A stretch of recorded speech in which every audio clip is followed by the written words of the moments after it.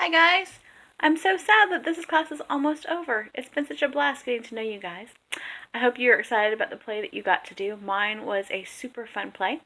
My scenario was the play Noises Off by Michael Frayn.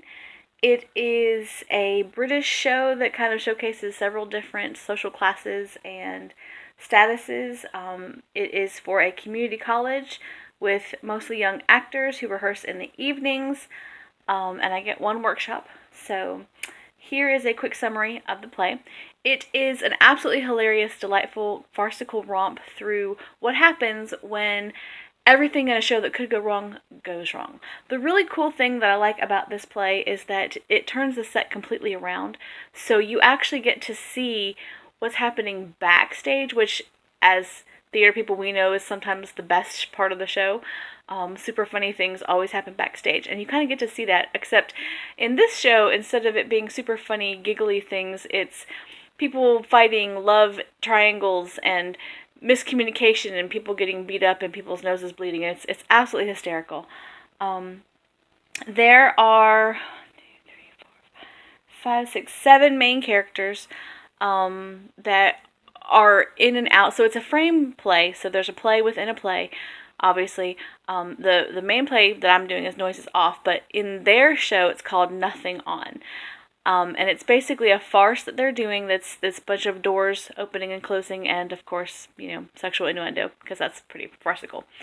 The main characters are Lloyd Dallas, who is the director, Dottie Oatley, who is a middle-aged actress playing the housekeeper lady. Gary Lejeune is a real estate guy who's trying to sneak his love interest into the home for the weekend. Brooke Ashton is the love interest. She's a tax lady. Frederick Fellows is an actor who plays a guy who owns the house, but they're evading taxes, so they're hiding, but they're going back for their anniversary. Belinda Blair plays his wife. She's like the mother hen, on set you always have that mother hen, that's her. And then Poppy Norton-Taylor is the assistant stage manager who's trying to hold everything together while the rest of it's falling apart. And she's falling apart. Then, of course, you have Selden Mowbray, who is the old guy that you always get in a show, who's an alcoholic. And Timothy Allgood, who's the basic stage manager who's always trying to fix everything and not ever getting to finish one thing before they're calling him to fix something else. Okay. So in the play, those characters play, Dottie plays Mrs. Clackett, Gary plays Roger Tramplemain, Brooke plays Vicky, Frederick Fellows plays Philip, and Belinda Blair plays Flavia. Both of those two are married. Selden Mowbray plays a burglar, and Frederick Fellows also plays the sheik at the end. So it's set in the common area of England. It's been rewritten a couple of times to include more modern things. There was at one point reference to having color television, so they took that out. There aren't any prescribed accents, but obviously you have some characters that are upper class, like the Brents, and then you have some characters that are working class, like Roger and Vicky and Mrs. Clackett and the burglar. And then you have, Roger and Vicky are the middle working class, so I kind of chose them to be estuary, and the other two are going to be, the bottom two, Mrs. Clackett and the burglar, are going to be Cockney. The main purpose of accents in this show are to let the audience know when they're being on character and when they're not. And also to kind of delineate in the show that they're doing between the upper character classes and the middle and lower character social work classes. My rehearsal process is to start with a 3-hour workshop. I would like them to kind of establish a general knowledge of RP for everybody so that they can take the Cockney and the estuary and work down. We'd also like to develop an ear for the musicality and to hear where those sounds are going to need to come in the play's text. So we will practice twice a week for the first month with a half-hour review and practice of sounds. Once a week, I'll work with the Cockney actors for 45 minutes and then switch to the estuary actors for 45 minutes. I would like to establish their signature sounds that are different from the RP.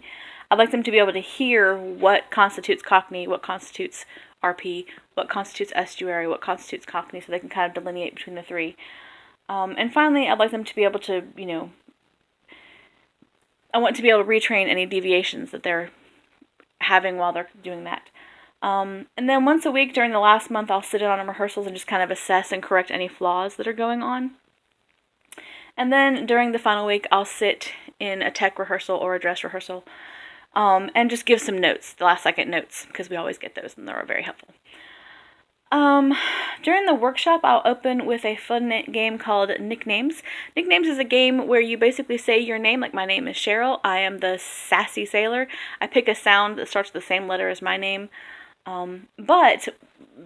which seems easy until you realize you have to remember everybody else's nickname as well, because wherever you start, the next person says their name and the person before them. So you want to be first, because if you're last, then you have to have everybody's name. The fun thing that we're going to do with this is that we're going to include an accent, so they're just going to randomly pick any accent they can do, because that's going to help us eventually to establish what made an accent sound authentic, what made it sound stereotypical or fake, and where the ethical line is and how we avoid becoming offensive in what we're doing. Next, we'll talk about the things I just said. And then finally, we'll give them the handouts for IPA and for the signature sounds from Paul Mayer's text. The second hour, we'll watch a couple of videos of natural RP speakers, and we'll kind of pay attention to their mouth position and how they use their jaw and their tongue to make the sounds. We'll also focus on the musicality and how they say certain things. And then finally, we will do our vocal warm-ups. Our vocal warm-ups consist of 2 minutes of breathing, then we rev our engines where you kind of just go, and then you vocalize that with highs and lows. Then we start with a body warm-up where we're basically doing stretches, a couple of yoga poses, things like that. Next we move into lower back stretches, because that's, where we're always feeling our tension, so we want to release the lower back tension so that we can breathe properly. Next, we'll work on our abdominal muscles and stretching out our arms and sides, because again, breathing comes from the sides as well. Then we'll warm up our voice. We'll go back to revving our engines, but this time we'll make a slide from high to low a couple of times, and then low to high. Then we'll work on a 5-note scale, which is like 1, 2, 3, 4, 5, 4, 3, 2, 1. That's how I've always learned it. Going up and down, and then on ha's with staccato notes. Then we'll do the thing that we learned from, what's her name? The lady with the video that was really awesome. And I can't remember it. Where she had the 1, 2, 3, 4, 5 and say your line thing. That thing, because that was awesome. That's worked really well with my theater people already. Next we'll do some articulation exercises, where we move our lips around and massage things and say tongue twisters like 10 tricky tigers, 10 Billy Tip, 10 tall trees, speeding up, slowing down, dragging out some vowels. And then we'll do some character work, which is kind of where you mentally put on your character and then pay attention to how your character breathes, how your character stands.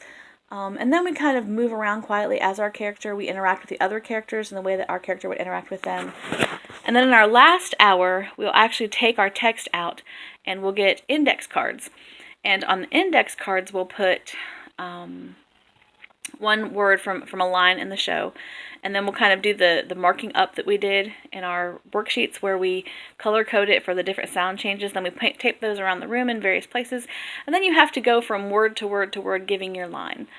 Then, let's see, we have our signature sounds, which we've all heard before for RP. Signature sounds for Cockney, which we've all heard. I picked some signature sounds for estuary, so the ones that I picked to make you sound estuary but not either Cockney or RP is to occasionally, at random times, drop the medial and final T, but not consistently. I picked the J sound for like jewel, when you're saying duel. I picked the dropping the G sound in ing, and occasionally dropping the H sound every once in a while just for certain words, because that's kind of somewhere in the middle. The only other change that's different is my key sentence for estuary, which is, "The idea of drinking milk with hard biscuits filled her with overwhelming delight." And so that's my whole video. It's right at 10 minutes. It's a little bit long, but I hope you guys enjoyed your play because I really enjoyed mine. Have a great night. I talked really fast.